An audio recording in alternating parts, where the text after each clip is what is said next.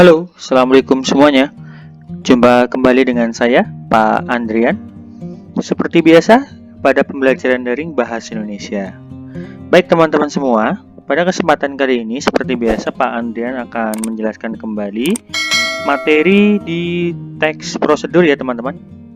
Ya, nah ini adalah materi terakhir di teks prosedur atau tema yang pertama ini, yaitu menganalisis struktur dan kebahasaan teks prosedur. Oke. Nah, teman-teman semua, nanti teman-teman akan saya bimbing untuk menganalisis bagaimana struktur dan kebahasaan dari teks prosedur ya.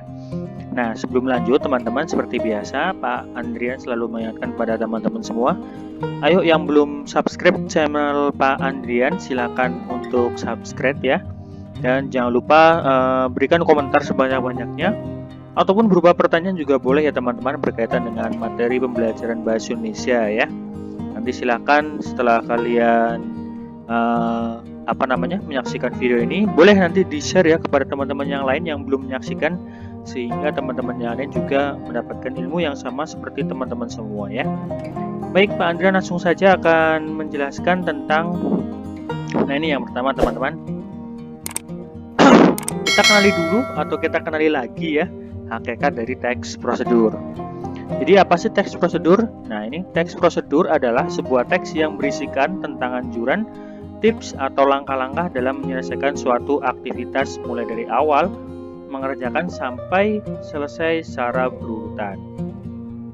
Jadi maksudnya adalah teks prosedur itu adalah teks yang berisikan tentang langkah-langkah tentang suatu kegiatan. Nah ya, jadi ada perincian bagaimana pengerjaan dari awal sampai akhir penyelesaian dari kegiatan tersebut ya teman-teman. Saya kira sudah paham semua karena pada video-video Pak Andrian sebelumnya sudah Pak Andrian terangkan ya. Di sini saya hanya mengulas kembali mengenai hakikat teks prosedur ya. Nah, dari itu semua maka tujuan dari teks prosedur ialah menginformasikan secara lebih detail bagaimana tahapan-tahapan atau tahapan demi tahapan untuk menyelesaikan suatu aktivitas ya. Contohnya ketika kalian ingin menghidupkan sebuah laptop seperti itu ya, itu pasti ada langkah-langkahnya ya. Kita siapkan dulu laptopnya, kemudian kita buka laptopnya, kita pencet tombol power, kita tunggu bootingnya ya sampai laptop itu siap untuk digunakan. Seperti itu ya. Kita lihat selanjutnya, kita mengenali juga ciri-ciri dari teks prosedur ya. Saya kira sudah saya jelaskan pada video sebelumnya, hanya mengulas kembali. Teks prosedur adalah teks yang unik, berbeda dengan teks yang lain. Oleh karena itu, teks prosedur memiliki ciri-ciri sebagai berikut. Yang pertama, memiliki tujuan jelas tadi ya. Kemudian berisikan tentang perintah atau anjuran. Itu juga sudah jelas saya kira untuk memberikan perintah mengerjakan suatu ataupun anjuran mengerjakan suatu aktivitas. Kemudian terdapat syarat-syarat untuk mengerjakannya atau langkah-langkahnya itu tadi ya. Kemudian menggunakan kata kerja aktif jelas. Disusun secara berurutan, karena kalau kita mengerjakan suatu pasti kita mulai dari awal dulu, tidak mungkin kita mulai dari akhir ya. Itu ciri-cirinya ya. Ciri-ciri dari teks prosedur yang memiliki tujuan, berisi tentang perintah atau anjuran, terdapat syarat-syarat untuk mengerjakan aktivitas tersebut, menggunakan kata kerja aktif, dan disusun secara kronologis atau berurutan ya. Nah, sebelum Anda lanjut, seperti biasa, silakan kalau ada pertanyaan ataupun komentar berkaitan dengan teks prosedur ini, silakan kalian tuliskan di komentar ya teman-teman. Kita lanjutkan. Kita masuk kepada materi yang pertama, yaitu strukturnya ya. Yang pertama tadi kita sudah singgung, yaitu tujuan. Bagian tujuan ini atau bagian paragraf tujuan ini ya, atau bagian kalimat ini berisikan tentang tujuan dibuatnya teks prosedur tersebut atau hasil akhir yang akan diperoleh ya. Tadi saya singgung kalau ingin menyalakan laptop. Nah, itu ya sudah menjadi sebuah tujuannya. Berarti tujuan akhirnya adalah menyalakan laptop seperti itu. Kemudian berisikan tentang langkah-langkah. Nah, bagian ini yang harus dilakukan atau bagian langkah-langkah ini adalah hal yang harus dilakukan untuk memperoleh hasil yang sesuai dengan tujuan teks prosedur. tahapan-tahapan ini harus dilakukan secara atau dilakukan secara runtut ya, dan tidak boleh ada tahapan-tahapan yang terlewati. Kenapa? Karena kalau kita kayak tadi ya, ingin menyalakan laptop, ya tidak mungkin kan kita langsung bisa menggunakan laptop tersebut tanpa dinyalakan terlebih dahulu, kan tidak mungkin ya. Jadi ada tahapan-tahapan yang harus dilalui secara kronologis atau secara runtut, sehingga tujuan yang ingin kita capai itu dapat terlaksana dengan baik. Dan diakhiri dengan penegasan ulang ya. Ini sifatnya adalah opsional. Setelah selesai melakukan kegiatan sesuai dengan tahapan, diakhiri dengan terdapatnya simpulan kegiatan tersebut ya. Bagian ini berupa kalimat atau paragraf yang menjelaskan hasil yang didapat setelah melakukan setiap langkah-langkah kegiatan. Ya tadi ya, kalau kita sudah menyalakan laptop, berarti kan kita dengan simpulkan, oh laptop ini dapat digunakan dengan baik setelah dinyalakan. Seperti itu saja teman-teman. Saya kira struktur ini saya sudah jelaskan pada video sebelumnya ya, sehingga nanti kalian lebih bisa memahami kembali ya.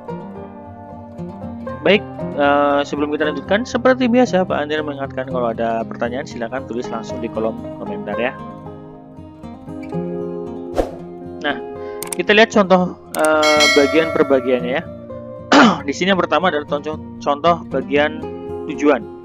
Nah ini ya, kiat menata rambut pendek. Nah ini adalah sebuah teks prosedur ya, yang berjudul kiat menata rambut pendek. Gaya rambut bob atau pendek ini kini mulai disukai lagi. Meski terlihat sederhana, untuk gaya rambut seperti itu perlu adanya perawatan yang benar. Ada beberapa langkah dan cara yang harus dilakukan kamu untuk merawat rambut pendek dengan baik, yaitu sebagai berikut. Ini merupakan bagian dari tujuan ya. Tujuannya adalah gaya rambut pendek ini kini sudah mulai disukai kembali ya teman-teman. Itu tujuannya ya. Meski tidak sederhana, untuk gaya rambut seperti ini perlu adanya perawatan yang benar. Nah, nanti perawatan-perawatannya itu merupakan sebuah langkah-langkah ya. Kita lihat contoh bagian dari langkah-langkah ya teman-teman. Ini dia.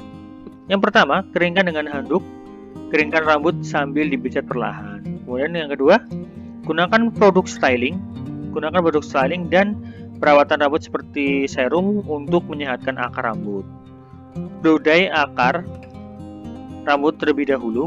Ya, maksudnya brodai akar rambut terlebih dahulu. Gunakan sisir, sikat bulat dan pengering rambut.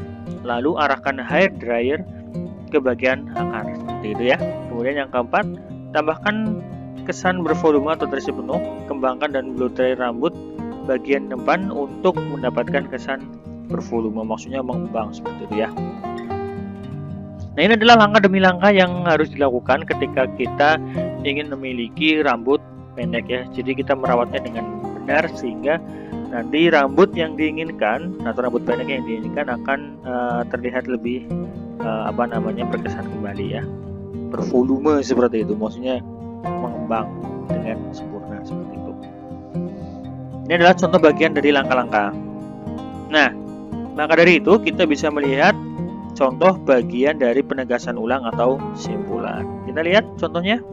Nah ini ya, gaya rambut pendek kini mulai digemari oleh kaum hawa. Untuk menjaganya perlu adanya perawatan agar terus terlihat menarik seperti itu. Ya, jadi sekali lagi bagian dari struktur ini diawali dengan tujuan. Tujuan itu adalah hal yang ingin kita capai nantinya dalam suatu aktivitas. Kemudian setelah itu pasti diikuti dengan adanya langkah-langkah. Langkah-langkah ini merupakan perincian atau tahapan demi tahapan yang harus dilakukan supaya tujuan tadi terlaksana dengan baik. Kemudian diakhiri dengan penegasan ulang. Penegasan ulang ini maksudnya adalah simpulan dari keseluruhan teks yang kita sajikan tadi. Itu ya. Jadi ketiga struktur teks prosedur. Nah, silahkan nanti kalau kalian ingin memberikan pertanyaan tulis di kolom komentar sehingga nanti Pak Andri bisa menanggapinya secara langsung ya. Kita lanjutkan teman-teman. Nah, kita masuk kepada kaidah kebahasan teks prosedur. Yang pertama, teks prosedur itu tersusun atau ada sebuah verba imperatif ya. Nah, verba imperatif atau kata kerja perintah adalah suatu kata yang mengandung perintah atau larangan ketika melakukan pelaksanaan yang dibahas. Contohnya, buka, masukkan, perlu diingat, dan masih banyak lagi ya. Verba imperatif, sekali lagi, verba itu adalah kata kerja teman-teman. Jadi verba ini merupakan kata kerja. Imperatif maksudnya adalah perintah. Maka dari itu verba imperatif adalah suatu kata yang mengandung perintah atau larangan, seperti itu ya. Kita lihat contohnya langsung dalam kalimat ya. Jadi nanti ketika ada ulangan harian, kalian diminta untuk mana sih yang termasuk dengan verba imperatif atau kata kerja imperatif? Nah, kalian bisa mendapatinya ya. Kalimat mana yang mengandung verba imperatif? Kalian bisa nanti langsung menganalisisnya dengan benar. Jadi, kalau kalimat yang mengandung kata kerja imperatif, contohnya, diamkan ubi itu selama 5 menit, jangan sampai tercampur dengan bahan lainnya, dan lainnya, seperti itu. Bahan lain dan lainnya ya, maksudnya ya. Nah, mana sih yang termasuk kata kerja imperatif? Yaitu adalah diamkan ya. Diamkan, ini merupakan kata kerja imperatif ya. Ini merupakan sebuah perintah kepada pembaca supaya mendiamkan ubi secara 5 menit dan jangan sampai tercampur dengan bahan lain atau lainnya, seperti itu. Mudah ya teman-teman? Mudah sekali. Kita lanjutkan yang selanjutnya. Adanya konjungsi temporal. Nah, saya sudah singgung tadi bahwa setiap teks prosedur itu pasti memiliki tahapan demi tahapan. Maka dari itu perlu adanya konjungsi temporal. Maksud dari konjungsi temporal adalah suatu kata penghubung yang berhubungan secara kronologis dengan waktu dan kejadian dari kedua peristiwa yang memiliki keterkaitan.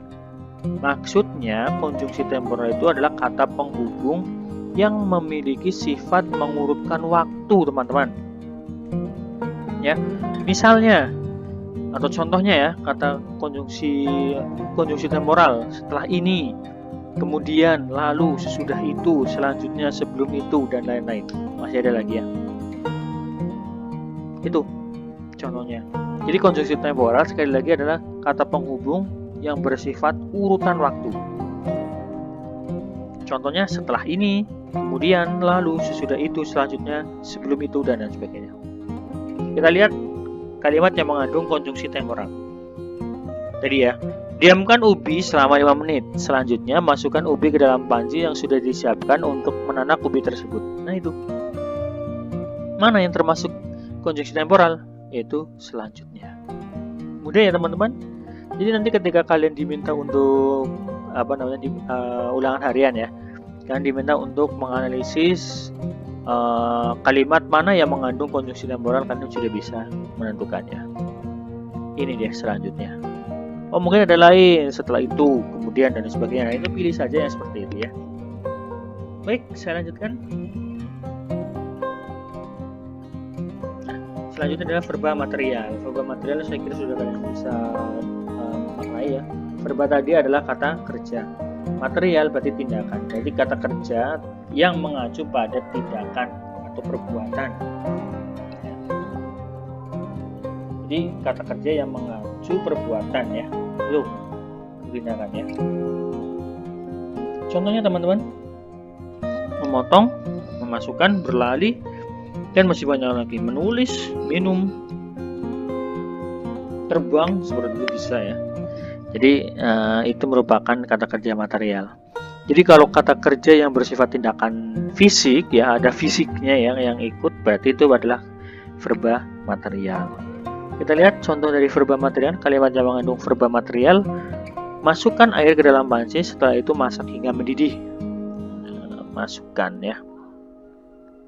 Seperti itu teman-teman, gampang sekali ya.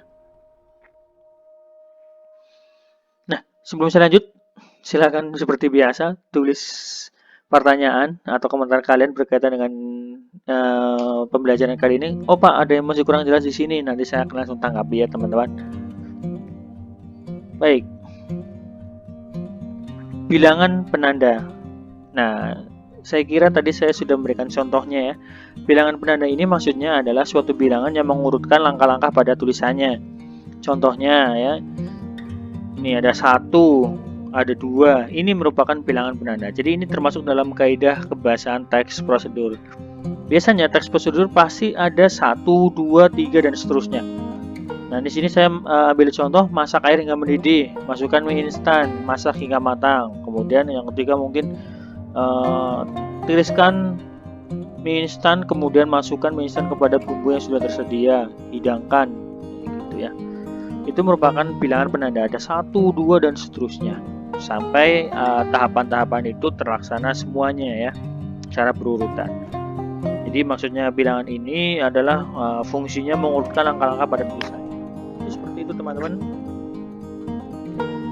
Nah, saya kira itu yang bisa saya sampaikan pada pelajaran kali ini. Seperti biasa, kalau ada pertanyaan ataupun tanggapan berkaitan dengan isi ya, ataupun kurang jelas, silahkan tulis di kolom komentar. Nanti Pak Andrian akan coba langsung memberikan sebuah tanggapan supaya kalian lebih bisa memaknai kembali ya. Terima kasih kepada teman-teman semua. Jangan lupa selalu dukung channel Pak Andrian dengan cara subscribe dan kemudian berikan komentar kalian dan juga share kepada teman-teman yang lain sehingga teman-teman yang lain bisa memperoleh pengetahuan yang sama dengan kalian. Tetap semangat belajar teman-teman, dan jangan lupa jaga selalu kesehatan kalian, tetap jaga jarak ya teman-teman, ikuti protokol-protokol dari pemerintah, dan sampai jumpa di video Pak Andrian selanjutnya. Assalamualaikum warahmatullahi wabarakatuh.